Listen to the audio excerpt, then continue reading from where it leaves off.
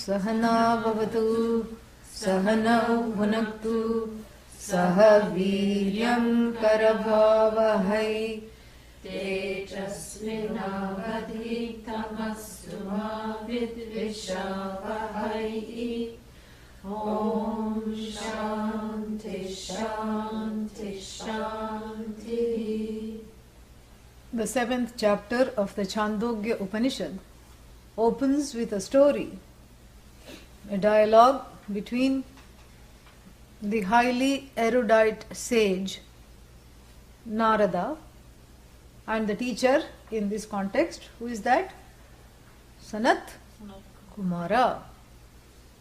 Sanat Kumara is one of the teachers that was directly taught by Lord Dakshinamurti, and we see that there Dakshinamurti has 4 sages there who are wearing ash on their bodies. Do you see in the photo? Which one is Sanat Kumara? You can choose any one you want. Yeah.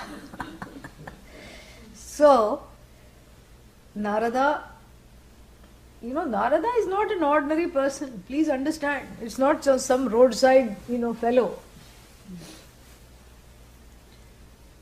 Narada was so respected. He knew all the Vedas. He knew what is called the Angas, the limbs of the Veda, so to speak. Prosody, all these things. Pronunciation, prosody, grammar, astrology, astronomy. Plus he knew what are called the Upavedas. Upavedas means offshoots of the Vedas. Upa means near. So things that sit near to the Veda, like Ayurveda, Dhanurveda, Dhanurvidya, archery, and Nakshatra Vidya, astrology, astronomy, Shastra Vidya, the knowledge of weapons, all this he knew. Highly erudite. He knew all the 4 Vedas. He was a Chaturvedi. So that's the last name in India. He knew all the 4 Vedas and he was highly erudite. Plus he had what's that? He had a free lifelong visa to go from one loka to another loka. Otherwise we are all loka bound. What is loka? Place. A place that makes you loco. That is called loka. New definition. Loka means your world, this universe in a certain sense, but more your world, in which the world of interactions with humans and other animals, cows, etc., that we have. This is called loka. Now, we have, after this Harry Potter, I'm so happy because now we have the concept of parallel universes. I don't have to explain. So there is the world of ancestors at the same time happening, unfolding in present time. There's the world of angels, celestials. First there are the lower rung celestials that bring chai to the upper rung celestials. And then there are, other celestials in charge of other celestials. All these things we can imagine. They're not necessary, but they are fun to imagine. Unfolding in quote unquote this everyday time. So they are parallel universes. And the Veda talks about 14 such lokas. 7 up, 7 down. Yeah. 7 up means as good as this earth or better, best. Those are not their names, but just for now. And then 7 down means less comfortable than this plane, less, and worst being Patala, like this. So we have all these range of delightful and not so delightful lokas to inhabit. So if you are in one loka, you cannot go to the other loka, correct? Absolutely not, because an object can only occupy one place at one time. One is bound by object-wise, time-wise, space-wise. So if you are in this form, in this particular body right now, it's not easy or it's impossible to go to another loka in the same body or even in a different body. It's difficult. Maybe there are some sensitives who can do this, but we are talking of everyday normal people. We are not talking of people with siddhis. So how can you go to the other loka after you give up this body? Then you go to the other loka, correct? Not before that. But Narada had a free pass. He would go to all the lokas in the same body. And he was well known. He was one of those very highly, sensitive and developed, evolved, here I can use the word soul, evolved soul, that could that transcended all lokas, that could go to the lokas. And there are stories that he would go to Indra Loka, where Indra, the ruler of heaven, resides. And he would say, "You are the best, east or west." And he would go to Surya Loka, where the sun resides. And he would say to them, "What? You are the best, east or west." There, of course, it's more pertinent because the sun goes from east to west, supposedly. But like this, he kept everybody in, all the rulers of the lokas, in good books. He never ticked anybody off, very pleasant, very knowledgeable. And then, one day, he understood that despite gaining all this knowledge, there was a thorn on his side. What was the thorn? Sorrow was his thorn. It was a secret thorn. Because when you become so famous, you're traversing lokas. And then you're also taking Prozac. Come on, what's wrong with you? You are so erudite, you know everything, everybody is coming to you, you have become very famous, you are knowledgeable, you have a presence in the world. If you Google Narada, lots of hits will come. You see how he is so famous? He is on Google. So you see, he has a presence, and with the presence, with fame, comes also an identification with that. So what happens? You are too famous to seek a teacher, to remove the thorn on the side, get help with removing the thorn on the side. You certainly can't be seen sitting in a Vedanta class. Because what will the other people think? The other people sitting around me will think I don't know, that's why I'm here. Oh no, I'm beyond all this. Of course, he could have been a fly on the ancient mud wall of Sanat Kumara's class, because he could go into various bodies and all that. But he decides to approach it directly, because the approaching the teacher is very important and is eulogized in every Upanishad. So he doesn't use any covert means, although he could have become, he had many invisible cloaks of different colors that he could wear, which made him look very good, and he could wear and sit in the class. He could have done all those things. He had, clairaudience. He could have just eavesdropped on the class without even being there. No, he decides to take the direct approach. But still uncomfortable to sit in the class. After the last prayer is said and all the students disperse, he comes to Sanat Kumara slowly, carefully, and whispers, Bhagavaha, same Bhagavaha here. Hey Bhagavan, Soham, I am this fellow who is seeking this knowledge. Shochami, I am subject to grief. From Shuch to grieve. I'm subject to Shoka, grief. And then, Sanat Kumara says, all right, I will teach you, but I have to know whether to start at Vedanta 101 or 201, because you are very erudite, you must be knowing a lot already, or 301. Tell me what you know and I will restructure your teaching accordingly. And the whole page is Narada's listing of everything he knows. He says Rig Vedaha, Yajurvedaha, Samavedaha, Atharvaveda, Shiksha, Kalpo, Vyakaranam, Niruktam, Chandasam, Jyotisham, Iti. What branch of knowledge is Iti? Iti means what? Which branch of knowledge is Iti? Huh? Huh? ETC? No, what is Iti? So he said thus, that's a quotation mark. Don't think that is also one more branch of knowledge. Then he takes a breath and then he says, Dhanur Vidya, Nakshatra Vidya, Shastra Vidya, Ayurveda, let me take your pulse, and all these things. He just goes on and on and on and on. And of course, with enlisting of each branch of knowledge, he sits up a little straighter. The shoulders go like this, and looks around in the hope that some few stragglers are listening to his, Sahasranama of himself. What is Sahasranama? 1001 names said in the praise of Bhagavan, but he has so many 1001 qualifications. He is so happy to list them all. And Sanat Kumara, the teacher, reacts very strangely. He throws his head back and laughs.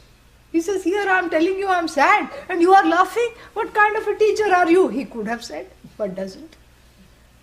He waits for the teacher to stop laughing to explain himself. He says, you know so much. You know a lot, O Narada. You know a lot of nothing. How much is a lot of nothing?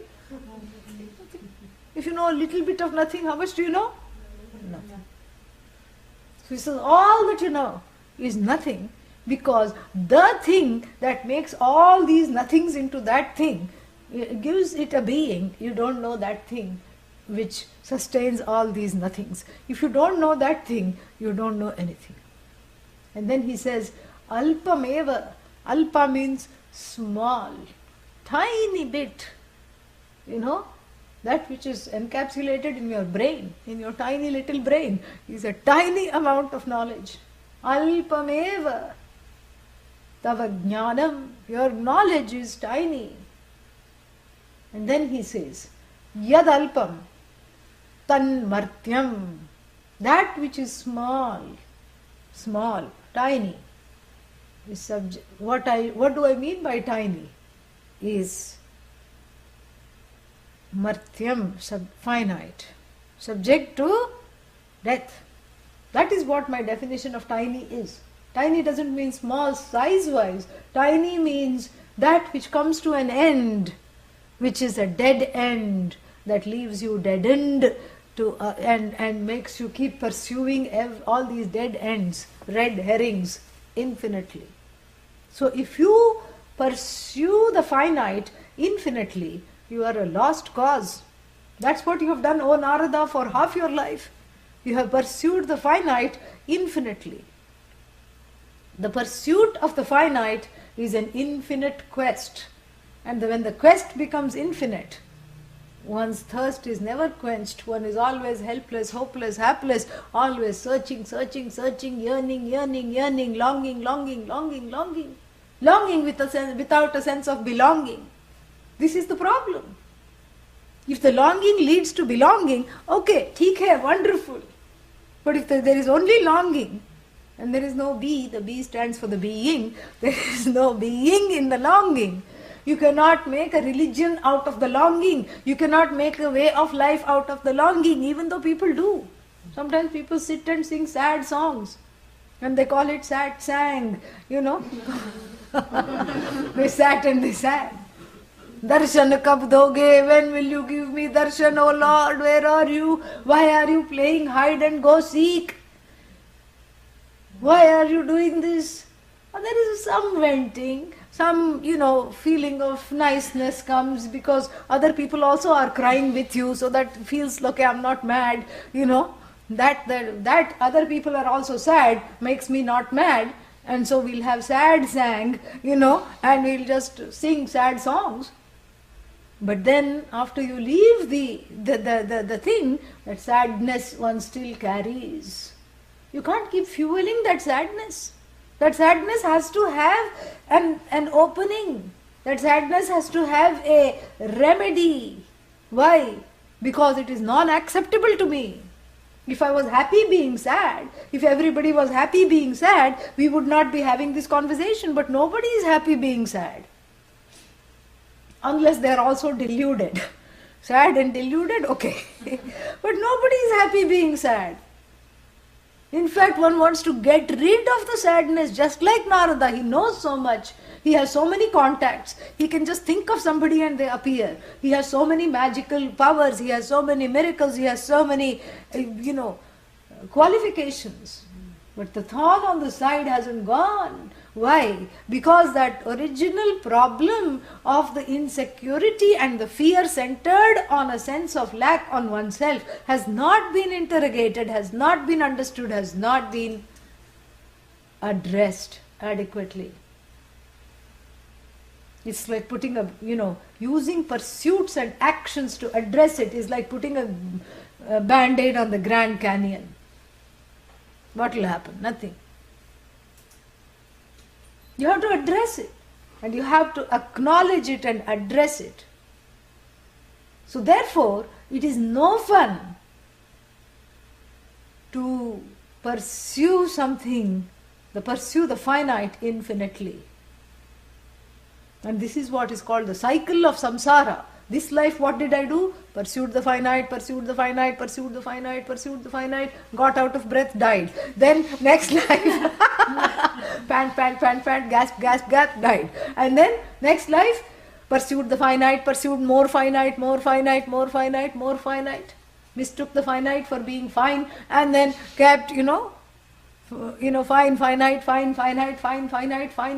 oh, not so fine, died a sad, first death, out of breath death, next death, sad death. By the third life, one is a mad, because like, where is this? What is this? Pursue, samsara, some sorrow, some total of my sorrow, mad, angry, died an angry death. Then fourth life, sad, because after mad comes sad, that is called the 6 stages of all this, this recovery. So after mad comes definitely sad. So sad life, sad pursuits, sad marriages, plural. And,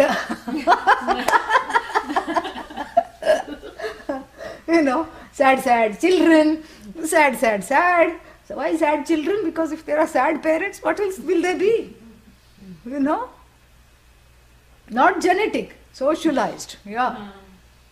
Sad children, sad pursuits, sadly went to the sad job and sadly came back, sadly purchased a house, sadly lived in it, sad, died a sad death, samsara, some sorrow, next life. So we have covered mad, sad. And then next time the person becomes a rebel, rad. So rad life, everything I don't want, everything in a mode of rebellion, nothing works, I'm an anarchist, and all these things. And then what? Died. And then that's what it is, whether you are sad, mad, rad, bad, you are pursuing the finite infinitely. And we can say this because we have this whole concept of reincarnation. And the concept of reincarnation is meant only for this purpose. It's a model to understand how the finite can be kept on stretched like a sad little elastic band. You keep stretching the finite to produce the infinite. The infinite is not a product. It is you. It is uncreated. And for that I have to change the channel of this remote brain. Somewhere it has gone to graze on some alpha. I have to change the channel on this brain and see the connection between what I am pursuing and what I am getting. And so basically the answer is in the non-pursuit, not in the pursuit. Because the pursuit is only giving me disappointments, anger, fear. It's only fueling what was already there. So what is a non-pursuit? A non-pursuit is understanding that the problem is centered on the I, therefore the solution is also centered on this I. Perhaps I have misperceived the problem, and therefore I have to look for something that will address this problem, not through action. Because action and moksha are like oil and water. Not even in a salad dressing do they mix gracefully. Action is antithetical to this pursuit, because the problem is one of self-ignorance. I don't know my own glory. I don't know my own fulfillment. I don't know my own mahima. Mahima means greatness. And therefore I grieve. So you see the connection between grieving and the self is that the grieving is not happening because I'm not getting what I want. The grieving is happening because I'm not recognizing what I have is what I already want. What I already want is it's a siddha vastu, established fact, which has to be discovered rather than sadhya vastu, something to be gained in time and in place, also to be lost in time and its place. This is the problem. This is the fundamental problem, is that the pursuit is not understood. And therefore we keep thinking, maybe I can get it this way, maybe I can get it that way. Why do we have to be so fanatical and say that, oh, only through knowledge this will be, relieved? Nothing fanatical about it. I told you, in order to see something like a form, you need eyes to see form and color. What is fanatical about it? No, can I please see it in some other way? Why? Why? You examine the head to find out why you want to see it another way when there is a direct way, God-given way to see it. No, can I see it through the pores? The skin is also an organ of knowledge. So maybe the flower, let's illustrate. Maybe the flower, this one is attached to its job. It would not let me pick another one. It said, no, I did this yesterday, I'm going to do this today also.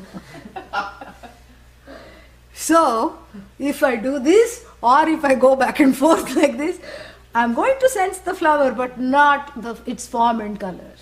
I will have the touch of Ishvara. When you touch this, this is not something you can mimic. You can make an artificial silk flower, it can look exactly like this, you can spray some scent, it can smell exactly like this, but the touch is the delineating factor to tell when the eyes can't tell. But really speaking, this is not the primary way to see form and color, correct? Oh, what a nice color.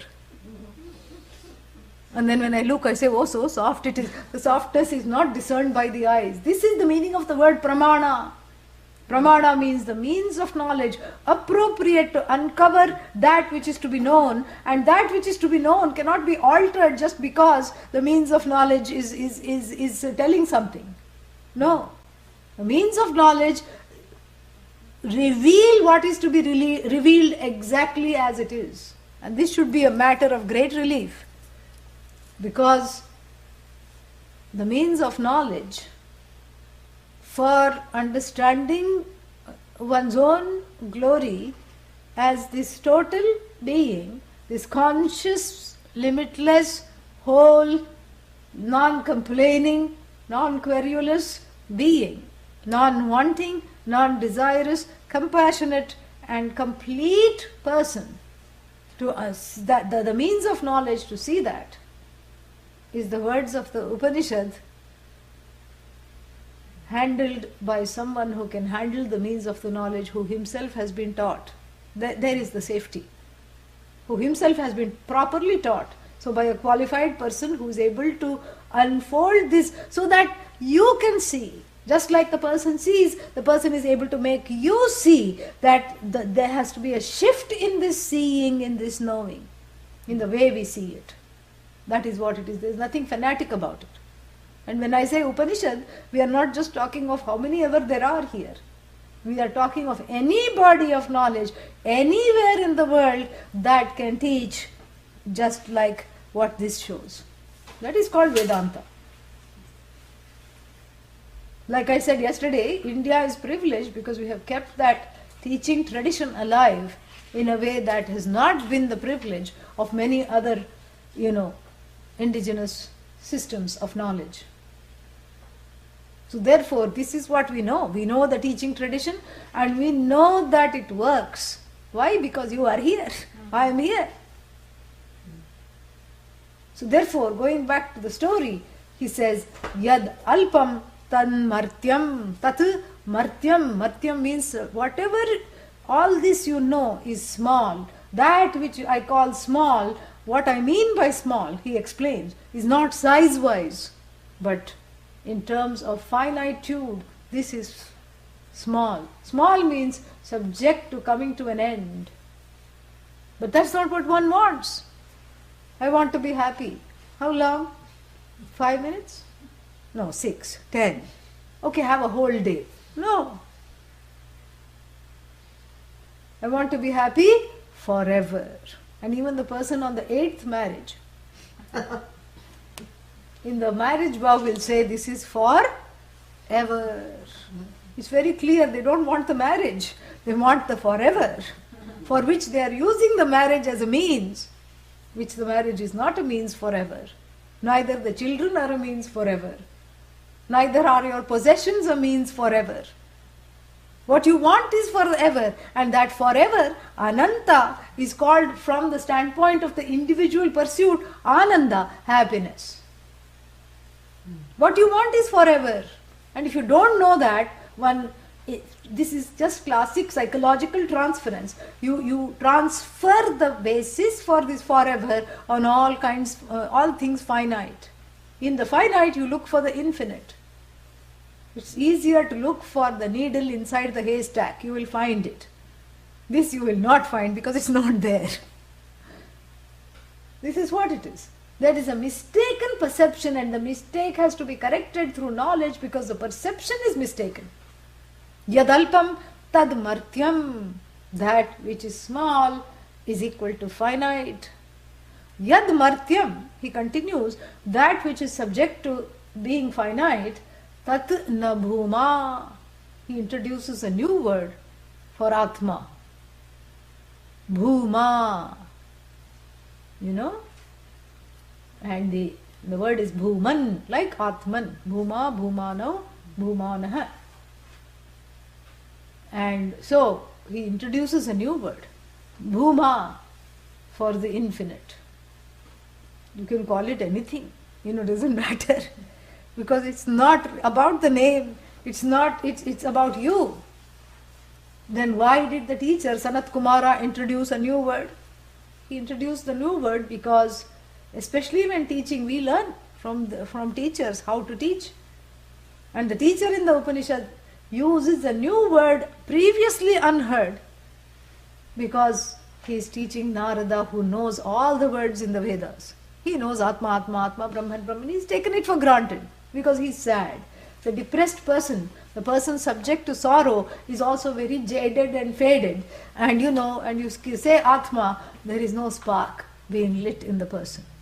Bhuma, oh, something new to know. I don't know Bhuma. What Bhuma? Bhuma? I've learned all the 4 Vedas, it never comes. What is this Bhuma? It's an attention getting mechanism on part of the teacher. Makes him sit up. Otherwise he can use anything. He can use Atma, he can use Sat, Chit, Ananda, Satyam, Jnanam, Anantam. Been there, done that, been there, done that. That is the feeling Narada has. He's jaded, he's learnt it all, he knows.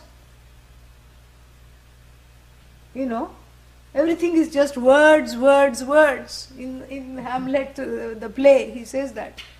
What are you reading? Words, words, words, he tells. He tells Polonius that. So, therefore what?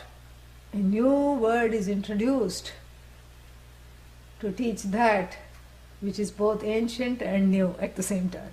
Ever new, ever discovered, ever now, ever new, but also which is uncreated, which always was, always is, always will be in an unchanging way. That is what I want to know, to feel. That is what I have to know to feel this security, to get rid of the depression, the sorrow, the anger, the mad, bad, rad, situations. This is what I need. I need this knowledge. So the second Para-Vidya, the must associated with that, is a very big must, is a different must than the first must. And you must see that. Do you see the difference? The first must is an on-the-way must, is a preparatory must. It's a must to know the other one. The second must is an absolute must. So the first must, which goes with the relative knowledge, is a relative must, which, which is for the sake of gaining the absolute must. Because why should I gain this knowledge? Why must I gain this para knowledge? This knowledge called para, why I have to gain? The reason is that is the only lasting antidote to all your quest. Your series of quests and requests from lifetime after lifetime after lifetime that have made one jaded and faded and afraid to even attempt to even get out of the covers. Any pursuit is frightening. For that person, the antidote is to have a pursuit that really ends in the discovery of yourself as that very thing that you are looking for. The discovery of the infinite, because it can only be discovered, not produced, ends in you. The search starts with you and ends in you. That's all it is. And so therefore it becomes now the shift in the pursuit from action to cognition. So therefore there is the recognition, the discovery, the knowledge. That's why the focus on the knowledge. Like I said, not that all activities and actions are dismissed. They are corralled into helping with this quest and preparing the mind to get rid of all the fears, insecurity and the tight infrastructure of doubt that one brings. To dismantle that, the first set of pursuits, the relative pursuits, are a must. But the pursuit of the absolute alone is finite. The search for the infinite. When you focus on the finite, your quest is infinite. And that's a sad little quest, that which is infinite. The quest should not be infinite. You focus on the finite, then your quest is, you focus on the infinite, your quest becomes finite, meaning it is within reach because it's not separate from you. It has to be discovered, recovered from the debris of all these raga-dveshas, strong predilections, strong attachments, strong desires, strong, preponderances, all these things. It has to be rescued and recovered from this debris. And so the knowledge becomes now debris removal. And for debris removal, sometimes action is required. It's okay. But really, even while acting, I'm still focused on the knowledge. So the action subserves the knowledge, is put to use for gaining a prepared mind, for being blessed with this understanding.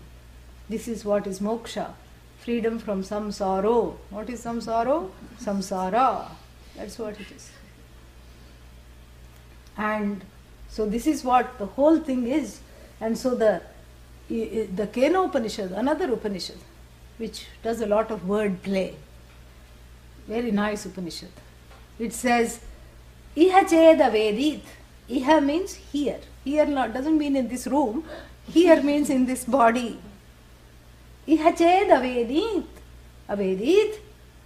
Atha satyam asti.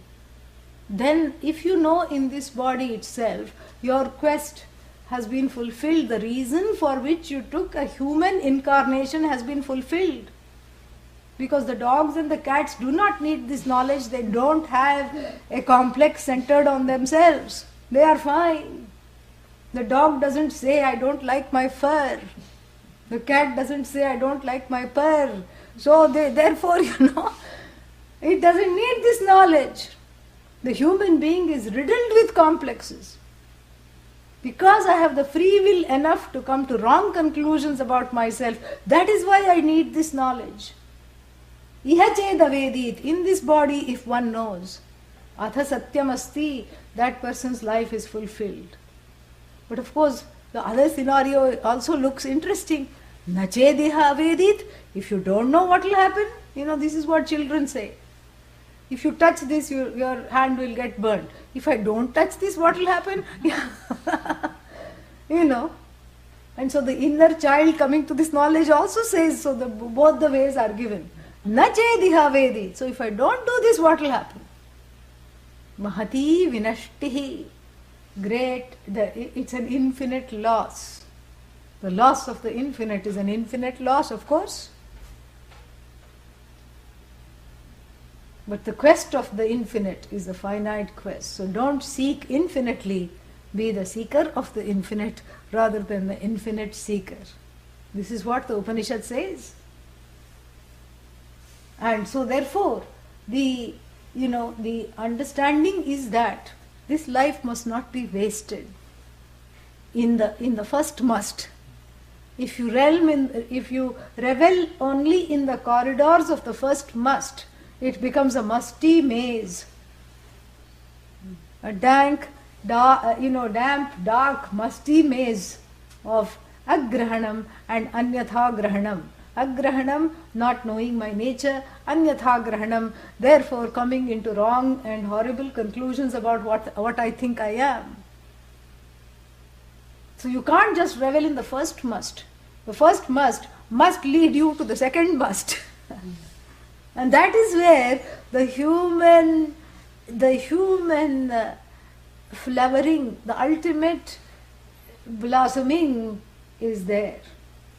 The ultimate blossoming is really the discovery of oneself as a well of compassion, as an endless well of compassion. That is what jnanam is. That is what freedom from samsara is. That is what it is.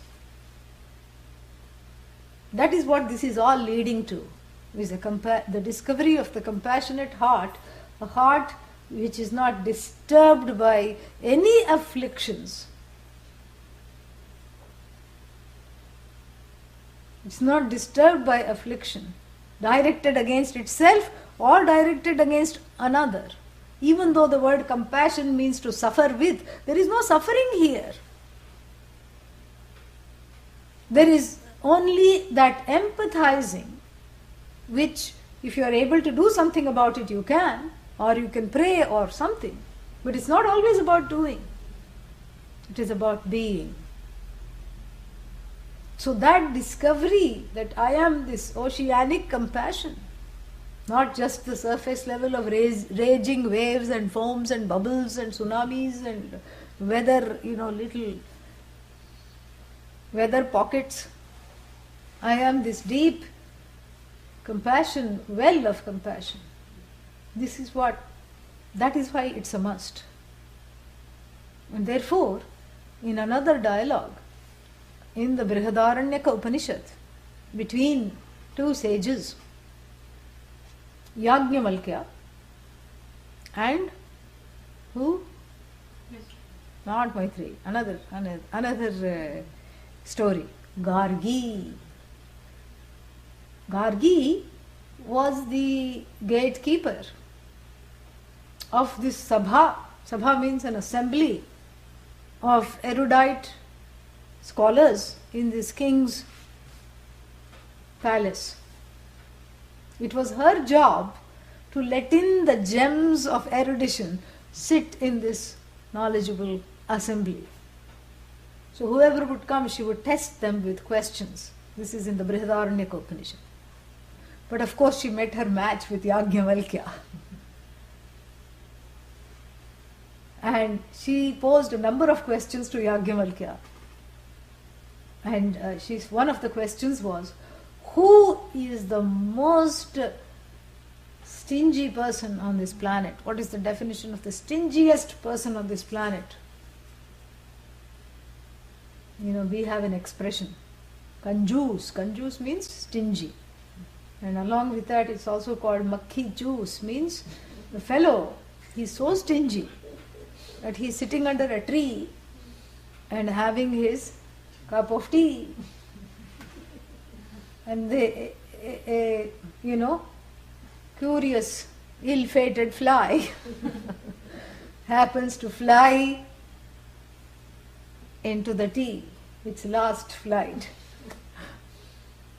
And then what does he do? Of course, he picks it out, It's the 30-second rule. What? If it's been there for less than 30 seconds, I can still have the tea. But that is sad enough that he's going to drink that whole tea. Correct? Not only that, he notices that there are a few drops of tea on this blessed fly. And he harvests. Actually, I'm putting it nicely. He actually sucks the life out of this fly. And then he continues to drink the tea. That is the stingiest person on the earth. Doesn't even want to waste that minuscule droplet on the leg of the fly. No, that's not the stingy person on the earth. That's just a little caricature. In response to her question, Sage Angirasa says, Yaha Atmanam aviditva asman lokat preiti bho gargi. Oh, revered Gargi, Sahakripanaha. That is the one who is the most parsimonious, the most stingy, the one who departs from this earth without knowing oneself. What is the connection? Because this should not be the definition of one who is stingy. There is a connection because the person has hoarded the brain cells only meant for this knowledge. Hoarded the viveka, hoarded the capacity for the preparation, hoarded the cognitive abilities without even being exposed to this knowledge. What a sad sight, what a sad plight of this person. So therefore, to make the human birth successful, to be all that one can be in this life, one needs two kinds of knowledges, the relative and the absolute. And the relative is tethered to the service of the absolute, and the absolute being oneself, the relative becomes a preparation to discover and become ready to receive the knowledge of the absolute. So therefore the answer to the question, what is that one thing, is not invalid, because the second thing plays a part, first in obscuring that one thing, and second in revealing, in helping to reveal that one thing.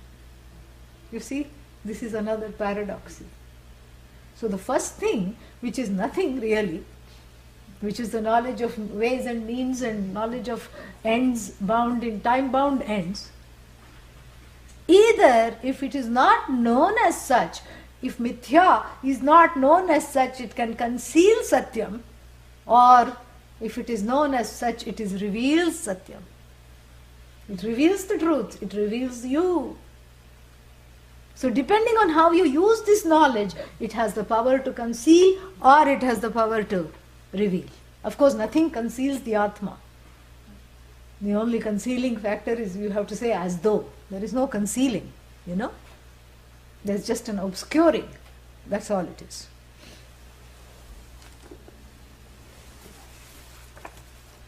Now let us read the answer. Naisha doshaha. Naisha doshaha. What does that mean? This is not a dosa. No. It means there is no fallacy in this answer, Adi Shankara says. Krama apekshatvat. Kramadekshatvat. Prativachanasya. Prativachanasya. Apara hi vidya. Apara hi vidya. Avidyasa. Avidyasa. Nirakartavya. Nirakartavya. Yeah. Naisha doshaha. There is no problem in this, my dears. And then, why? Krama apekshatvat. Apeksha means in any answer there is an expectancy of a krama. Krama means order. You know? If supposing you ask a question to somebody, what will you have for dinner? So they say, you know, ice cream and then soup. That doesn't make sense. They have to go from the beginning to the end. The answer has to follow a certain expectation. And then he says, that is one reason. And then he says, Apara hi vidya. This Apara vidya, The first knowledge that need of ways, means, ends, and how to lead life, and all the outgrowing and the outgrowing that one has to do. What is outgrowing? When you outsource the grown. Yeah. So this is what it is. So all these things that one has to do is outgrowing. He says, Avidya hisa. Very big proclamation by Adi Shankara. He says the first body of knowledge is just a manifestation of ignorance only. It is not knowledge, it is ultimately ignorance, because it leads to dead ends. Only that knowledge which reveals the truth of you is called absolute. So this being relative, this is not going to dispel your ignorance centered on the self. Therefore it is avidya. Avidya hisa. And because it is avidya, what do you have to do? Nira kartavya. Nira plus kru. Kartavya. It has to be removed. So this avidya is removed. The first knowledge, even though it must be known, is known in order to not pursue it ultimately. Okay? It is delineated. And then he says, Tat Vishayehi Vidite Na kinchit Tatvataha viditam syat Tatvataha viditam syad iti. Yeah. So he says, why is it a not knowledge? Even though it's called knowledge, he is calling it ignorance. He is making the drastic step to call the first kind of knowledge actually is just a reproduction of your ignorance. Why? Because knowing which the original problem of insecurity, non-belonging, etc. is not felt. It's not, dispelled. Because, and also, tad vishayehi vidite na kinchit tatvataha viditam syat. Because if you know flower, for example, all right, come along. So, if you know this flower, what is achieved?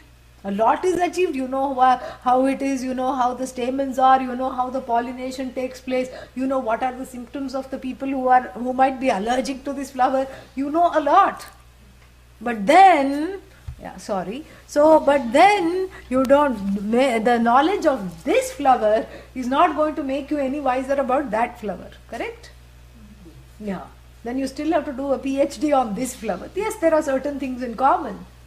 And then you cannot know anything completely. That is why the first kind of knowledge, the relative knowledge of all things in the universe, is called avidya, because it is a dead end. It just raises more questions than answers. It's impossible to know the universe completely. You can never say, I have conquered the knowledge of this universe. I have no vagueness, no doubt, no error. You cannot say that. That's why the scientists always are very clever. They just say working hypothesis. Big Bang, working hypothesis. Dark matter, working hypothesis. White matter, working hypothesis. Black hole, working hypothesis. How the black hole behaves, working hypothesis. And all these so-called Goldilocks planets. Goldilocks planets? Neither too hot nor too cold, just right for life. Working hypothesis. You infer that. You don't even see that. Even though Hubble is getting better eyesight all the time. But you don't see it. You just infer certain things by gravitational forces, by inferring the gravitational force, and you see that something is bouncing there, and then you can deduce the size, you can infer the mass, you can infer so many things. But again, working hypothesis meaning what? We may be wrong and we will be wrong. And so that's why we are calling it a working hypothesis. Even in medicine. Yeah. It worked on a mouse. So therefore, the chances are that you will also find your way out of this maze called life with this medicine.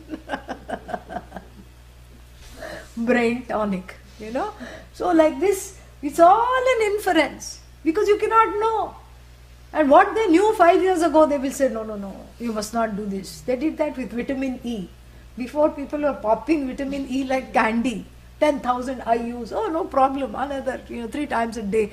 And then, Then they made a grave, literally. Discovery that suddenly the heart can stop. That which is beneficial to the heart can make it, can make it. This was a disheartening discovery. Because that had to be redefined, because that knowledge is not absolute. You can never say anything absolutely. You can never, and in Eugene, you can never say it's going to be sunny today, because suddenly the clouds will gather as soon as you are saying it. That's why in this town, especially during the winter months, we chant Gayatri Mantra more and more, so that the sun will come out and help us. So this is what it is. So you can never say anything definitive, because this whole Jagat, this universe is full of non-definitive things that are finite. Each thing, and on top of that, to make matters worse, each thing resolves into another. The effect resolves into a relative cause. The relative cause becomes an effect, because it's relative. So in relation to the effect, it's cause, but in relation to another Dada cause, this becomes the effect. Dada means grandfather. Grandfather cause, not grandfather clause. Okay, so in relation to the grandfather cause, this becomes effect. In relation to that, that becomes an effect. Effect, effect, effect. That's why we need the causeless cause that never becomes an effect. That in effect never becomes an effect. But then this Brahman has become the Jagat? No. This Brahman has not become the Jagat. The Jagat is a projection. Without undergoing any change, Brahman projects the Jagat as it were. Just like even you project the dream, if you dream of an alligator, you don't become an alligator. And then you wake up and all the skin is scaly and that doesn't happen. It's a projection of your own memory and knowledge. That is what it is. And so too here, this is, this knowledge is called avidya, the first one. Apara Vidya is called avidya. It's as good as ignorance, because no matter how much you know, you are still ignorant both of yourself and of that very thing you are trying to madly search the answers for. You are just looking in the wrong place, because what you are seeking is you. The seeker is the sought. And so, he says, the first knowledge is really avidya, because the more you know, you say, I don't know, I don't know, I don't know.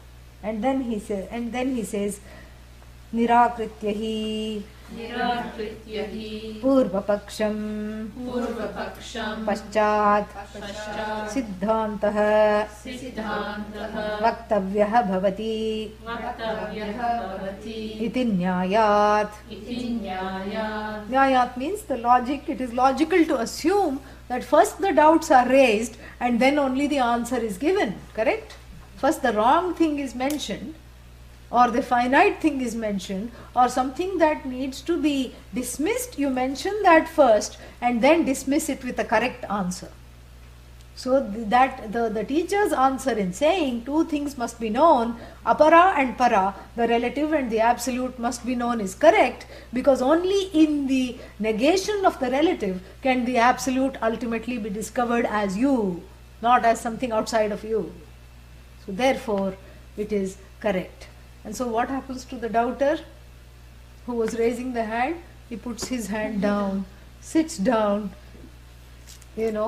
impatiently waiting to ask the next question, which is going to come very soon.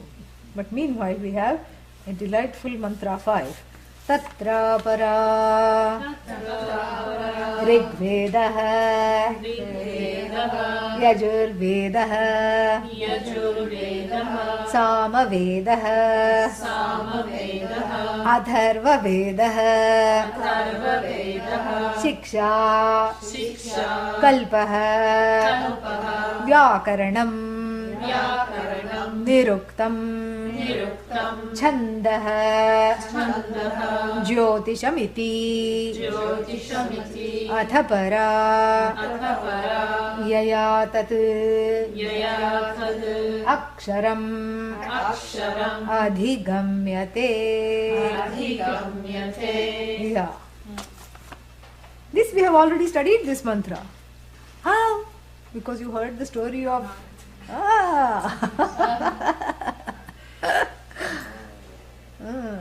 that's how.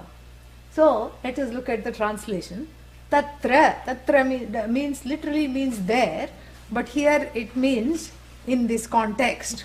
Tatra, no, that I'm said for myself. It's that tone, when that tone comes, you immediately repeat.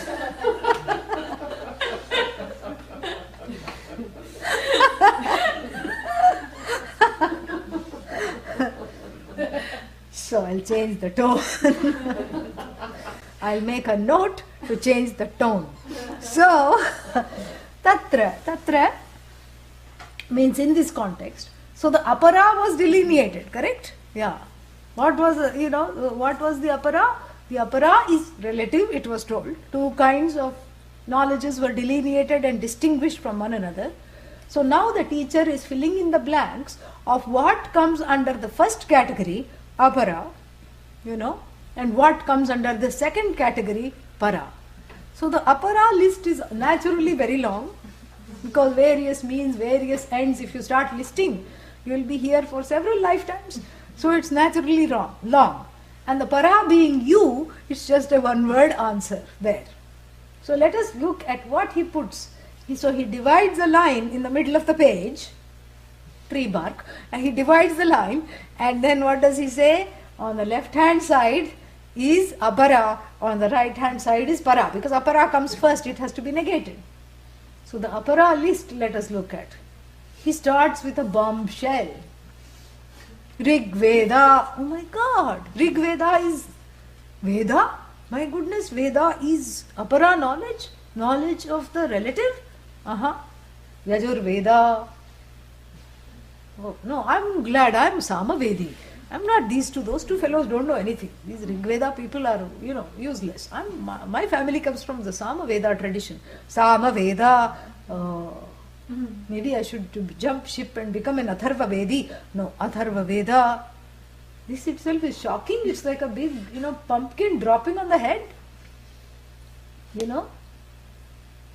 Very messy, because suddenly my understanding of categories, thinking that this is revealed knowledge, this is the holiest of knowledge, and this body of knowledge called the Veda is my life, what is that? Lifeboat. Something else is there. What is that? Lifeboat? What is that round thing? Lifeline. That round floating thing. Life vest. Yes, that life vest. To navigate through the ocean of samsara, it's going to keep me at least bobbing up and down. This Veda. Here I was wrong, because the Veda is may as well be called nada, because it is not doing anything. Zero. This Veda is a big zero. And 4 Vedas are there. Each one has so many volumes and volumes of mantras of how to do this, how to do that, what to do. 0, 0, 0. And more troubling for a Vedantin, the one who is in the Veda, and one who is in Vedanta, happens to be the not an insignificant fact that the Upanishads are inside the Veda. Ayyo, what to do now? Abhi kya kare? Rig Veda, Aitareya Upanishad, Apara Vidya, non-ultimate knowledge. And then what? Yajurveda, Kathopanishad, do not study, because it's non-ultimate knowledge, relative knowledge. Samaveda, no, don't even touch the Chandogya Upanishad, because it is relative knowledge. And then Atharvaveda, forget this Upanishad which is coming from the Atharvaveda. When the other 3 are disregarded, this Upanishad hails from the Atharvaveda. So don't even touch it with a barge pole. Let it go right now. Then why did I study the last 4 mantras? It was another herring. Yeah, orange herring. So this is what it is. This is shocking in itself. Plus along with that are negated as being relegated to the first knowledge, which is what? Apara Vidya. What is that? Shiksha. What is Shiksha? Pronunciation. Yes. Like when we say Om Brahma Vida Apnoti Param. How do you know ah has to go like this and param has to go like that? You know, up, down, those swaras. Yeah. Shikhya, Vyakhya, Snamaha, Varnaswaraha. It consists of alphabets. Nada, Sandhanam, Samhita, where the words join, Sandhi. All these things are called Shiksha, the art of pronunciation. You know, and how to pronounce things properly. It's a knowledge, it's a body of knowledge, very important for language, because without that you will just be saying goo goo ga ga. Yes. That's how. Here we know gu plus a is gwa, as in guava. See, it is sandhi. How the words join. How the words come together. In fact, you should not say guava. No, it's guava. U plus a becomes uva. How do we know that? Because of shiksha. This is this whole thing. And then shiksha kalpaha. Next body of knowledge is called kalpa. Kalpa means the art of ritual. These liturgical details. What to do when. How to sanctify the water. How to pour the water. And how to pour the ghee into the fire. Should it be the ghee be offered from the left side or the right side? There are very, rules, very, very elaborate rules. And the rules are important because the rules don't stand for the rules. They have some energetic effects in sanctifying the atmosphere, in purifying the atmosphere. So therefore the rules become important. Who can do a ritual? Who is disqualified from doing a ritual? There is one ritual which says only married people should do. Agnihotra. If you are not married, don't do Agnihotra ritual. It's for married couples to do it together. A fire ritual every morning at sunrise. They sit and do. And then there are certain rituals that only people who are young should do. Like Putra Kameshti. The ritual that doing which one begets a child, a prayer, for having a child. And the Veda wants to make sure that you are not 85 when you desire a child and have a child for the sake of the child, so that the child is not left parentless.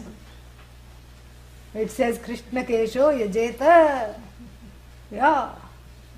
So meaning that before the hair starts to turn grey, then only then you have to do this ritual. Even if one grey hair is there, don't do this ritual, So meaning that it's a certain age specific, certain stage specific, like married people, this is for, this is for such a person, this is for the expectant mother, this is for the father, this is for the child. All these things are given.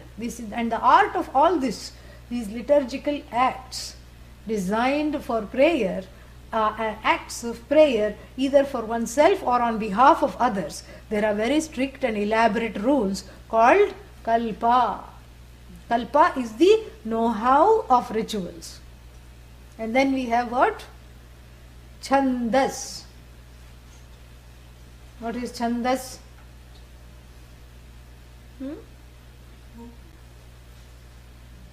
Chandas means meter. Meter. Yes. And what is the meter? Gayatri is a meter. 24 syllables. Shardula Vikriditam.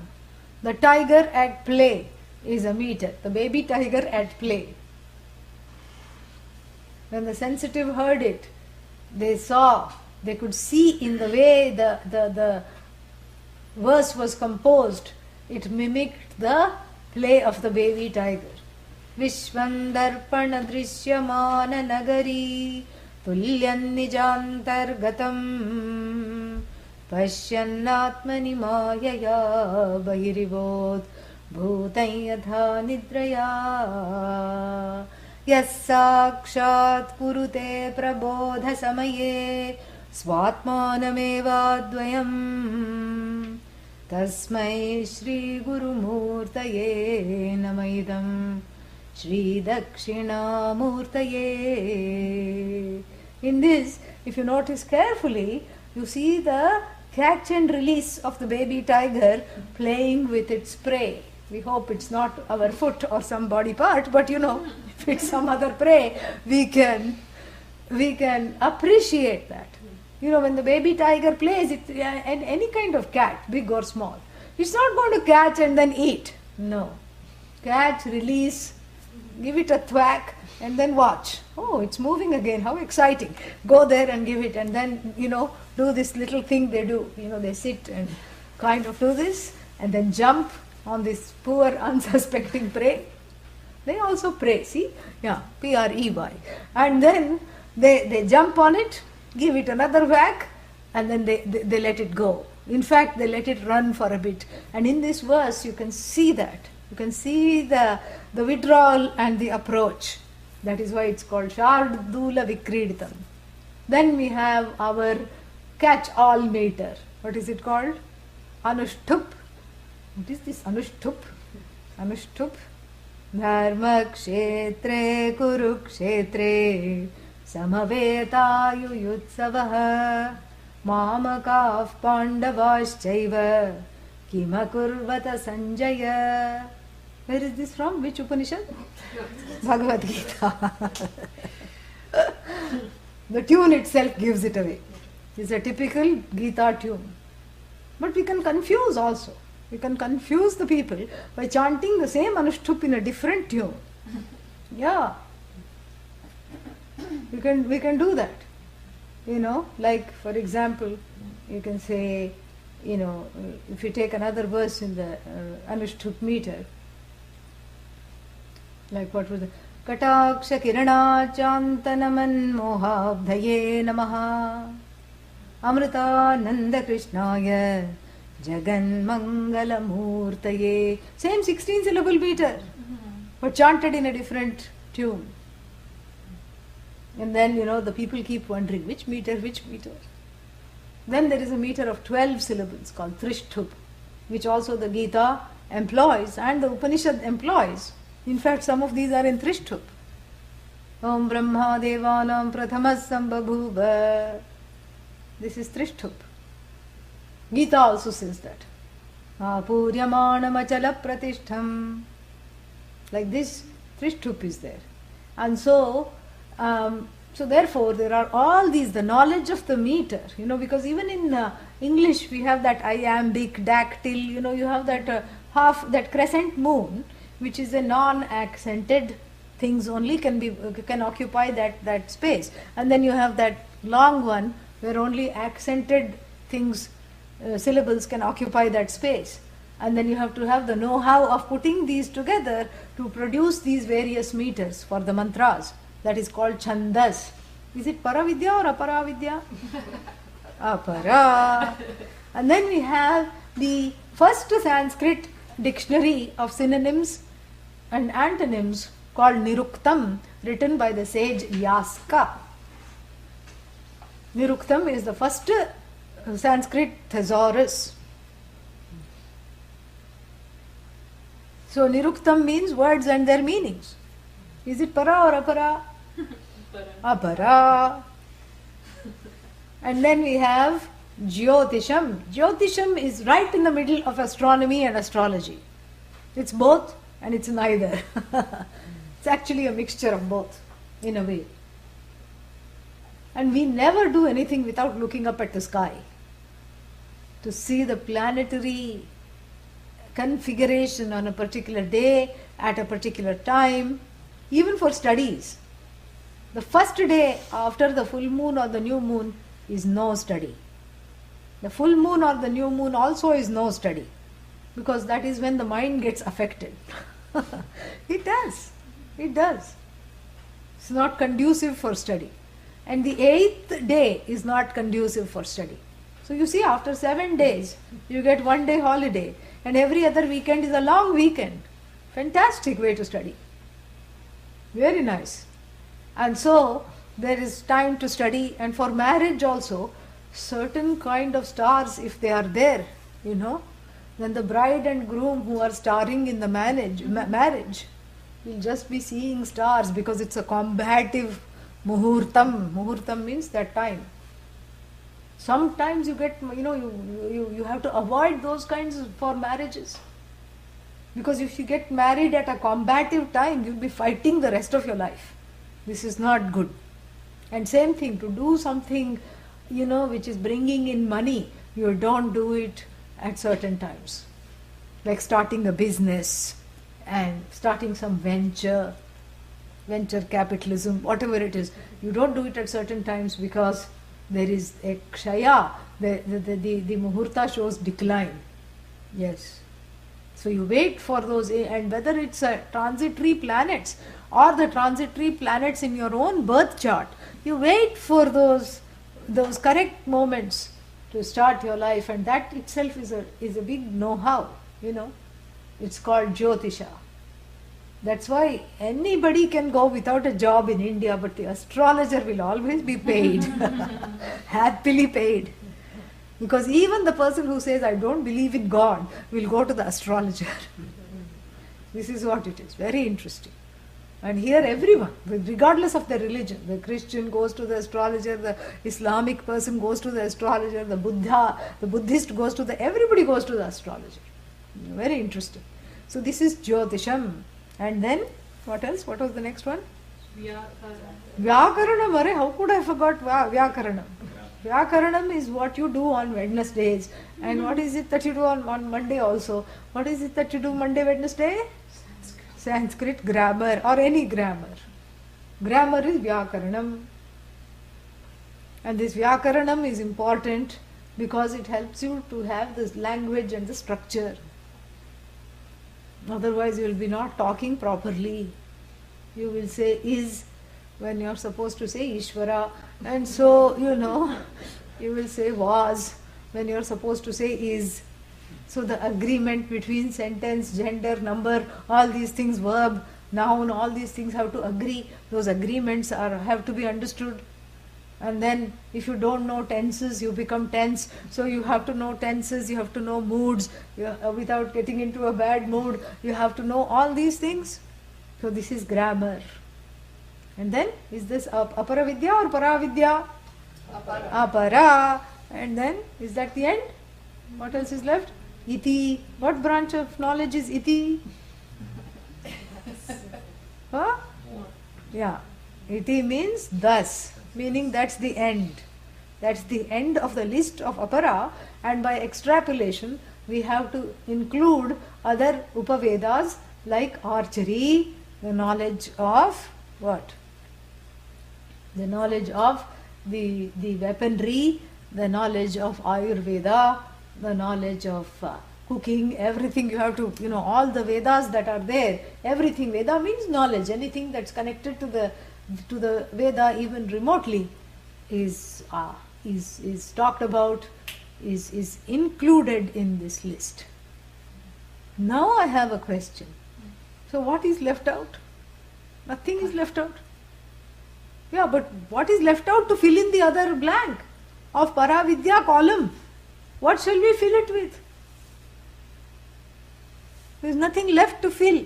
In fact, all the bodies of knowledge have been just relegated, have occupied Apara. In fact, we can start a new movement, Occupy Apara. We have occupied Apara. What will occupy Para? There is nothing there to occupy Para. And he just puts one line in that column. Yaya. What is Para?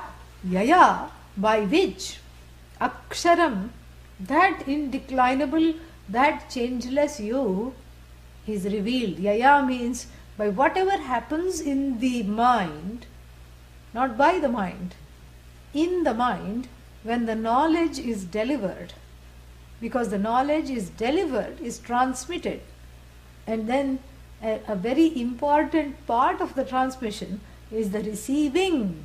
So the process of receiving, in the receiving, that cognition, or rather that recognition that takes place, and the invisible processes of dropping the ignorance, even in the class situation, when the ignorance is dropped and that aha moment takes place, Neither the moment is para, nor the aha is para, but what is understood by that. What you can say, I can understand, but not repeat or not give voice to, because the teaching just points to it. And what it points to, which is understood by you as the truth of yourself, that alone is para. Everything else is apara. But how? We'll see that next week. So next important announcement, next week we are having Saturday this class, correct? Yeah. And then Sunday what are we having? That Vedanta Dindima, which meets once a month. Because of my travel schedule we are preponing it. So that's at 9:30 to noon in the morning on Sunday. Which date it is? Does anybody have the numbers? Date? 30th. So 29th we will see why this is called para knowledge, what is para knowledge, and we will read the long bhashya connected to it, the long commentary, what Adi Shankara says, etc. And on Sunday everybody gets to sleep in, because we don't have to wake up dark and early, and we can come at 9:30 and do that once a month class. Okay. Om Purnamadah Purnamidam Purnat Purnamudachyate Purnasya Purnamadaya Purnamevavashishyate. Om Shanti Shanti Shanti. Hari Om. Shri Gurubhyo Namaha. Hari Om. Any questions are there? So when you include Upanishads in Gita and all that in Apara, the understanding is that when you get the knowledge, all these are just words to be discussed. Yeah, but even before you get the knowledge, they are the words. Yes. But it's not the words that make the knowledge, it's what is conveyed by them, and not even what is conveyed by them, what you understand as yourself when the words convey. So the words only convey. They are like the conveyor belt. But what you are riding on that conveyor belt. So it kind of, imagine a few brushes on the conveyor belt that divests you of all the ragas, the dveshas, the things that should not be there.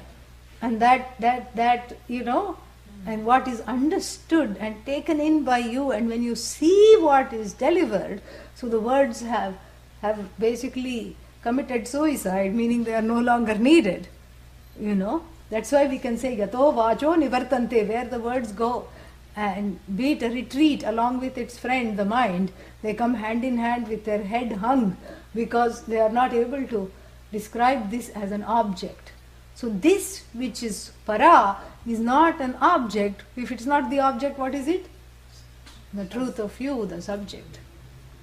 The words can, by lakshanaya, by indirect ways, show you or lead you, give you some words or some indication of what it is. But since it's non-separate from you, it is not mystical. It is understood as you. There's nothing mystical about it. That is how the teaching works. It's not that you have to sit and intuit yourself. You cannot. We are trying to find the nature of the intuitor. You cannot stumble upon yourself, because we are trying to understand the content, the truth of the stumbler. And so therefore, the words have a very special place in the knowledge. The words deliver, but indirectly. And that you is already self-revealing. Because when I ask the question, are you here? You have to invariably say, yes, I am here. That presence which advertises itself, which is known, which you want to be, which you already are, which you are seeking, which is the sought. The words basically help you to handshake yourself. Shake hands with yourself. They just point to you. This is the person you have to get to know. This is the person you have to shake hands with. Look, you're right here. And you say, oh, it's like having the glasses on the head, You look everywhere, and somebody says, right there, Or you look in the mirror and you laugh. And so here the Upanishad, words of the Upanishad becomes the mirror. So the mirror doesn't give you knowledge. The mirror helps you see.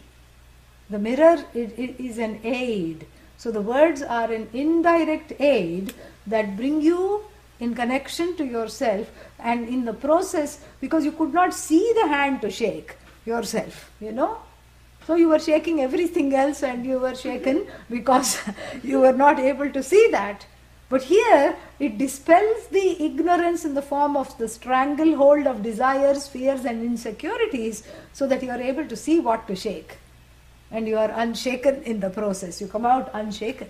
And so this is that is why it comes under apara. It is relative, because they just indicate that which cannot be captured by the word, which need not be captured by the word, because it's not. That's why I said it's not mysterious. It need not be captured by the word because it's advertising itself. It's you who is present, who says I am. That I am never shuts up. And so what I am, don't ask the next question. That is what is clarified. And so that's why the words have a special thing. Yes, exactly like Parthaya Pratibodhitam. That is also in Trishtup. Very good. Yeah. Yes. The definition of compassion for a jiva is to suffer with, as you said. No. I said even though that is how it is understood, it's not correct. Oh, could Yeah. you explain that further? Because if you suffer with someone, then how are you able to, then that means two people are suffering here. Yeah. That suffer doesn't mean actually suffer. Suffer, see, it's very simple. If supposing somebody comes to you and say, I'm having a very hard time, and I've had difficulties, my health is terrible, and my life is terrible, the spouse is terrible, the house is leaking, house is terrible, everything is terrible. And then you say, oh my God, I suddenly don't feel very well after listening to your story, then you are not able to help them in any way. You see? Compassion means being in the place of the Sakshi, being yourself in that place of neutrality, where somebody else's distress doesn't immediately invoke yours. Because that is the only reason to feel sad. Because even though we say, I'm feeling sad for you, but really speaking, your own pain is being evoked. Either a real pain or a real trauma that happened a long time ago, or a hypothetical pain of thinking what will happen if I am in your shoes. Oh my God, I don't even want to think about it. Your life sounds horrible. Keep it to yourself. But I will cry when I look at your life because I worry that may be my fate. This is not compassion, really. That doesn't mean that the compassionate person may not cry. That's not the issue here. The issue is that identifying with somebody else's pain and distress neither helps them nor helps you. That is passion. That is not compassion. Yeah. Compassion is a sense of resonance where you are able to see their helplessness. You are able to empathize with it without judgment, without fear, without being afflicted yourself. You are able to see where they come from. And you are able to grant them full freedom to be exactly where they are without expecting something better out of them, or without what you think is better, without expecting them to be somewhere where you think they should be. That's compassion. Sometimes it is allowing them to be where they are and helping them learn their own lessons, which is a very invaluable part of a person's growth. Compassion doesn't mean going and rescuing, because that need to rescue others outside, always, feeling like I'm in a helicopter throwing out some rope to somebody else.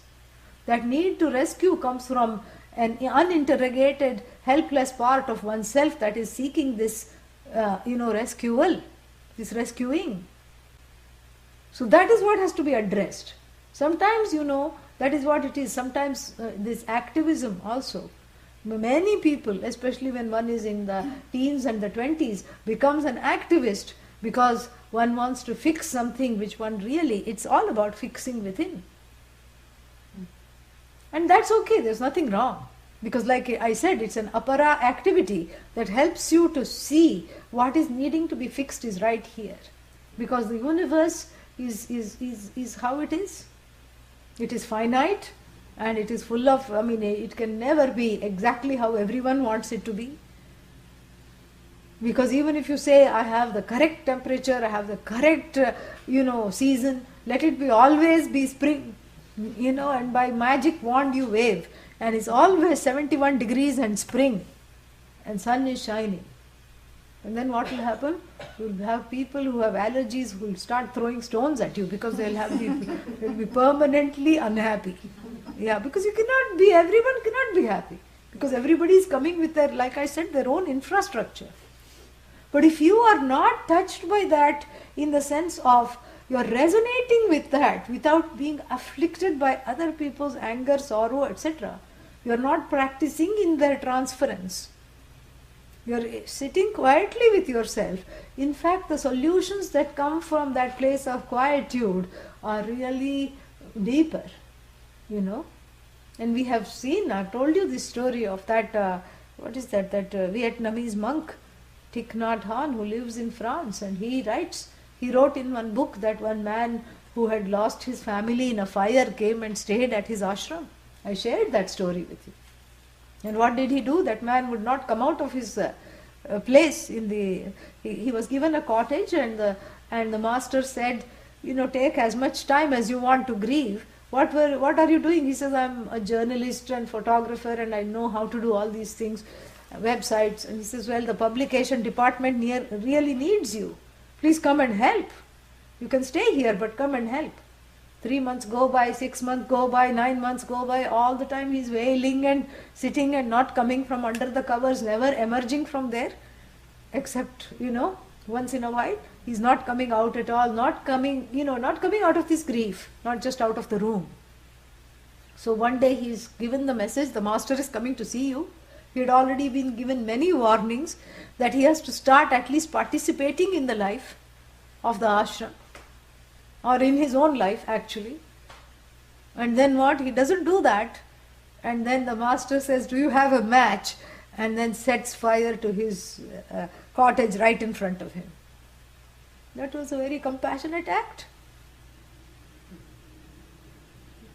And of course, imagine, already he has such a bad association with fire, and the master reproduces it so that he will come out of it. That is what it is. And we hear stories like this. A war vet, I think a Vietnam war vet, an indigenous man, I forget from which tribe, comes home, comes back to the tribe, and he is such a dead weight because he's, lost one leg and one hand or something, and he's crying all the time, bringing the whole tribe down, he's not participating in the life. Of course, people in the beginning took flowers, took food, went shopping for him, did everything, but it became very clear that he was just throwing this web of helplessness on people and not doing anything to help himself. So they had a meeting, without him of course, and they said compassionately, what is the best thing for him right now to do? And they came and said, they were very honest about it. We have had a meeting, and we have come to the conclusion that there is only one remedy, and we can't tell you that right now because its efficacy will be gone if we tell you the ingredients of this remedy. He says, anything, I want to get well. He did, but he just said that, I'm so helpless. And sometimes people do that. I have a chronic disease, nothing will help. If I take this, that happens. If I take this, nothing else. So that somebody will always keep on giving them medicine. So he also was like that, attached to the illness as a way of life.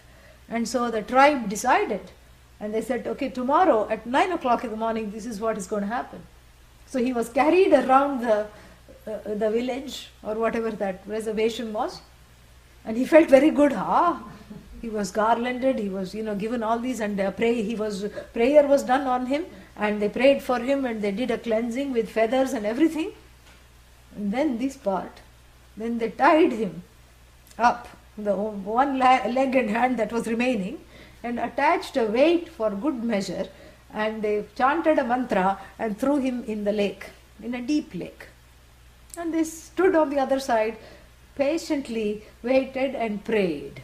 Glub, glub, glub, glub, glub, glub, glub, all silence. Oh, panic, panic, but still they were praying. Inside panic, but outside they were just so sure that this is the only way.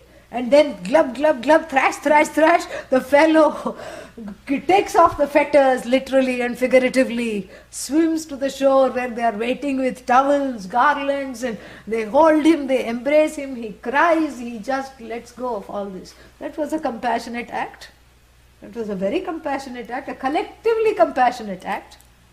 So compassion doesn't mean, oh, you coddle the person, you coddle the pattern, you just keep making a mummy out of them. It's not mummifying them, protecting them. Sometimes you have to do this. So compassion doesn't mean always suffering with. You see what is to the benefit of that person. And that you can only be in that place when you have nothing to benefit from them.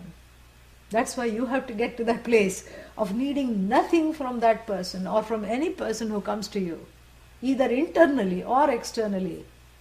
And you can only get to that place when you understand that everything is Bhagavan and you are being taken care of Bhagavan, by Ishvara, by God.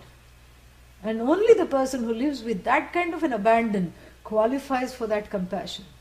That is why the letting go, the apara has to be let go. Before that para, that compassion comes.